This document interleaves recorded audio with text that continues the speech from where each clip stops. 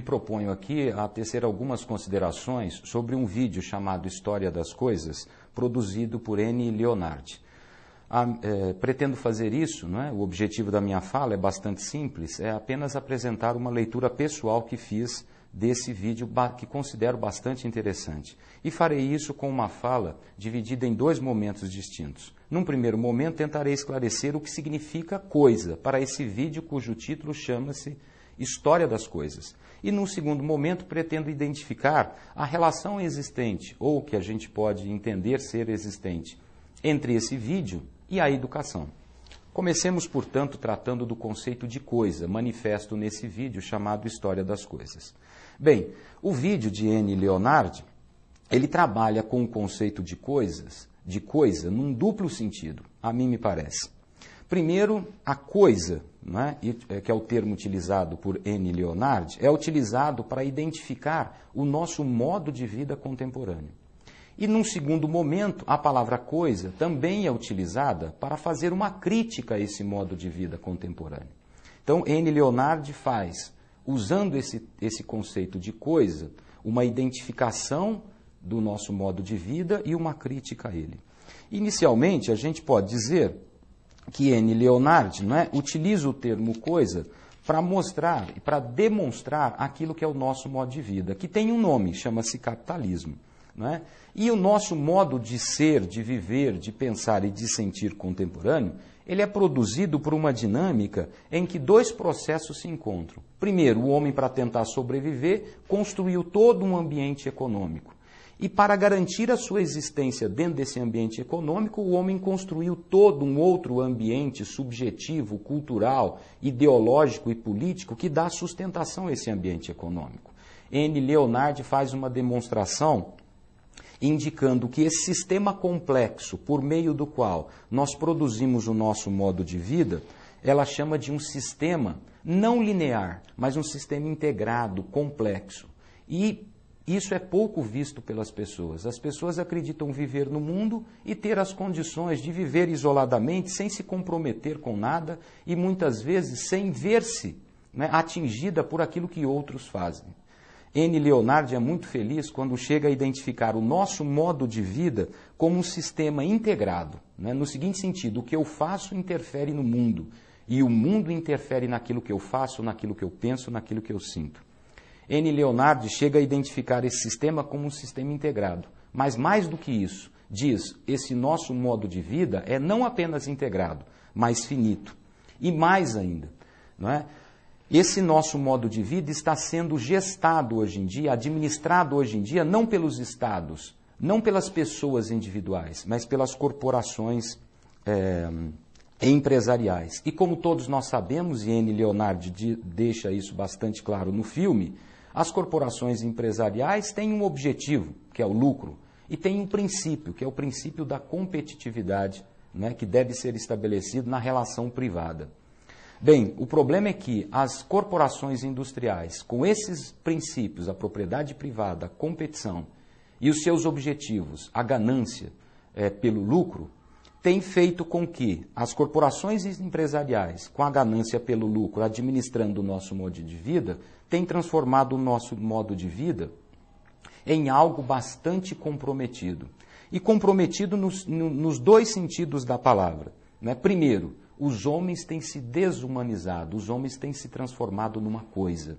E de outro lado, para ganhar, para lucrar, orientados pela ganância das corporações empresariais, o que a gente tem percebido é que o nosso modo de vida, para ser garantido todos aqueles produtos que a gente julga serem necessários para a nossa vida, nós estamos destruindo a natureza pelo um consumismo desenfreado. Marx chega a identificar esses processos por dois conceitos. Diz Marx que no modo de vida capitalista nós somos pautados por um processo caracterizado pela coisificação do homem, o homem se transformou numa coisa, numa mercadoria, ao mesmo tempo em que as mercadorias por ele produzidas ganharam um valor maior do que o valor que o próprio homem tem. Então, a coisa a qual se refere N. Leonardi, a coisa é o nosso modo de vida contemporâneo, capitalista, que ao se desenvolver tem comprometido a nossa vida, duplamente. Primeiro, porque desumaniza o homem, E segundo, porque compromete, destrói a natureza, pautado que é pelos interesses das corporações industriais. Bem, e o que tem a ver a educação com tudo isso? Ora, se nós vivemos num mundo, nós fomos ensinados a nele viver. E esse processo de ensino e aprendizagem do homem para viver no mundo é exatamente o que a gente chama de educação. E é isso que a gente transmite de uma geração a outra. Nós procuramos formar as gerações futuras para poder sobreviver no mundo. Esse processo nós chamamos de educação. Ocorre que a educação hoje em dia tem reproduzido toda essa complexidade desse mundo. Isto é, se o mundo é gestado pelas corporações industriais, se nós vivemos num mundo em busca do lucro, do interesse privado, a educação reproduz esse processo. A educação está formando homens para um mundo em que o que vale é a competitividade e o lucro a qualquer preço. Descarta-se a solidariedade, a fraternidade e o compromisso com aquilo que é importante, eu diria, obviamente, indispensáveis para todos nós, que é manter o meio ambiente saudável para que nós possamos desenvolver as nossas vidas. É por isso que, ao meu juízo, a educação, ela tem reproduzido o mundo, mas ela pode assumir um outro papel. Qual papel? O papel de colaborar para transformar esse mundo que está desumanizando o homem e destruindo a natureza. E ela pode fazer isso se assumir a sua tarefa filosófica científica, que é dar as condições aos homens para que eles possam compreender bem aquilo que é o mundo. A educação pode fazer isso se assumir uma segunda tarefa, que eu chamaria de tarefa educativa cultural. Se a educação pudesse não apenas conhecer o mundo, mas difundir, né, no meio social essa compreensão de que o nosso mundo está sendo comprometido pelo tipo de desenvolvimento econômico e social que ele está seguindo. E, por fim, a educação tem uma terceira tarefa se ela quiser transformar o mundo. Não apenas conhecer o mundo, não apenas difundir as ideias de que nós precisamos encontrar um outro rumo para esse mundo, um outro rumo para o desenvolvimento econômico e social, mas também a educação precisa assumir a tarefa de colaborar neste processo para que os homens, individual e coletivamente, tenham uma outra postura frente ao mundo, uma postura que descarta esse consumismo desenfreado que está nos mostrando claramente a finitude do mundo.